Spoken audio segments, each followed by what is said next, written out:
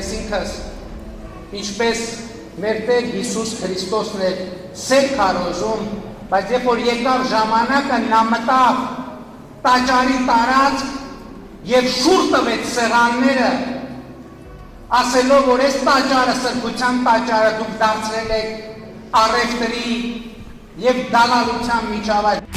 2020 թվականի 44-օրյա պատերազմից եւ հատկապես 2021-ին Մայրաթորի հայտնի հայտարարությունից հետո իշխանության հրաժարականի անհրաժեշտության մասին եկեղեցու զանգերն արդեն 5 տարի է ղողանջում են։ Այսօր եկեղեցին եւս մեկ անգամ հիշեցնում է, որ կան կարմիր գծեր, որոնք դժբախտաբար կամ արդեն հատվել են, կամ հատվելու վրա են։ Հետևաբար պահը իրոք օրհասական է, իսկ եկեղեցու զանգերը վաղուց առնվազն 2021-ից հնչում են։ Պարզապես պետք է լսել այդ հնչող զանգերի ձայնը։ Թե սրանից ավելի ինչ ակնկալիք կարող են ունենալ մարդիկ, կարելի է ենթադրել, բայց եկեղեցին իր խոսքն ասել է եւ պարբերաբար հնչեցնում է վտանգները, համազգային շահին հակասող խարատավոր երևույթները, հիշեցնում է այդ մասին, թե դրանից ավելի ինչ պետք է ակնկալել եկեղեցուց, դժվար է պատկերացնել։ Վերջին շրջանում պարբերաբար դաշտ է նետվում այն խոսույթը, որ եկեղեցին պետության բացակայության ժամանակ ստանձնել է պետության գործառույթ։ Դրա համար եկեղեցու եւ եկեղեցականների շրջանում որոշ բարդույթներ են ստեղծվել։ Իրենք պետություն չեն սիրում եւ միշտ ուզում են պետության փոխարեն լինել։ Եվ պետության եւ նրա բացակայության օրերին եկեղեցին առաջնորդվել է բացառապես համազգային շահով։ Եվ այստեղ անհասկանալի է ինչն ենք մենք նժարի վրա դնում։ Եկեղեցին պետության բացակայության ժամանակ դերակատարում է ստանձնել, քանի որ ստիպված է եղել ստանձնելու։ Եթե մենք փորձում ենք եկեղեցու վրա այսօրվա վիճակով դնել այդ քաղաքական առաջնորդության բեռը, մենք եկեղեցու վրա ավելի մեծ ծանրություն ենք դնում, որը ոչ մի էֆեկտիվ հեռանկար չի ունենալու։ Ստացվում է մի վիճակ, երբ քաղաքական ուժերը եւ միավորները իրենց ոչ էֆեկտիվությունը փորձում են բարթել եկեղեցու վրա։ Եվ սրանից ընդհանրապես ստացվելու է այն, որ պատասխանատվություն է մնալու եկեղեցու վրա, իրավիճակը ավելի է բարդանալու, այդ բաժանարար գծերը, չգիտեմ, կոնտրաստը ավելի է խորանալու եւ այդ ճամբարի կամ խրամատի, չգիտեմ, վերևում հայտնվելու է ընդհանրապես եկեղեցին։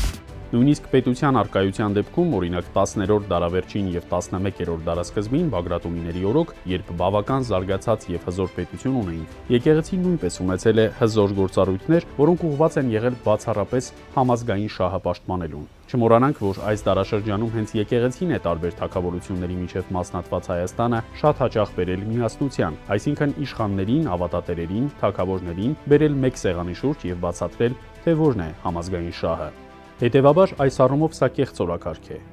Ներազգային կյանքից ներս եկեղեցին պետության թե արկայության եւ թե բացակայության պայմաններում ունի մեկ հիմնական եւ բացառիկ օրակարգ՝ ազգային համազգային շահը։ Դրանից բացի եկեղեցին երբեք չի կարող ներկայացնել ինչ-որ նկրտումներ իշխանափոխություն անելու, իշխանություն վերցնելու, քաղաքական հեղափոխություն անելու։ Դա եկեղեցու գործառույթը չէ։ Բացի համազգային շահով առաջնորդվելու արձանագրումը կատարելուց, մնացած բոլոր մեկնաբանությունները եւ հնչեցված կեղծ օրակարգերը բացառապես մանիպուլյատիվ բնույթ ունեն։ Ինչ է հասկանում եկեղեցին համազգային շահ ասելով։ Դա առաջին հերթին հայկական քրիստոնեական ինքնությունն է։ Դա դարերով փորձված եւ իր օգտավետությունն ապացուցած երևույթ է։ Եվ երբ մարդիկ կամենում են դրանից փախնել ինչ-ինչ օրակարգեր եւ խոսույթներ արտանետելով միջավայր, դա պարզապես առաջացնում է եւ եկեղեցու եւ հավատացյալ հոտի քննադատությունը։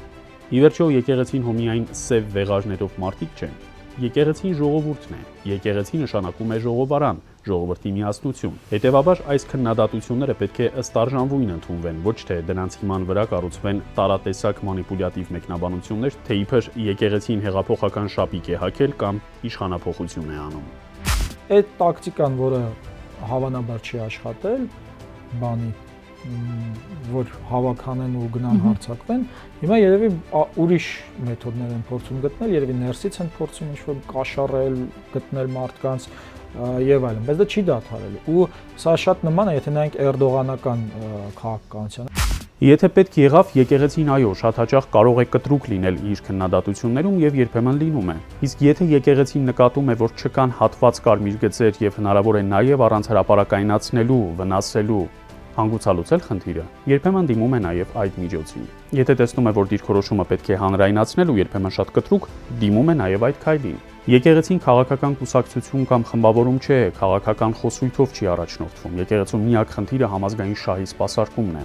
եւ պետք չէ այլ ակնկալիքներ ունենալ եկեղեցուց։ Պարզապես պետք է լսել եկեղեցու հնչող զանգերը։ Որոշիր հարգելի քաղաքացի, թե որ երեսն է ճիշտ։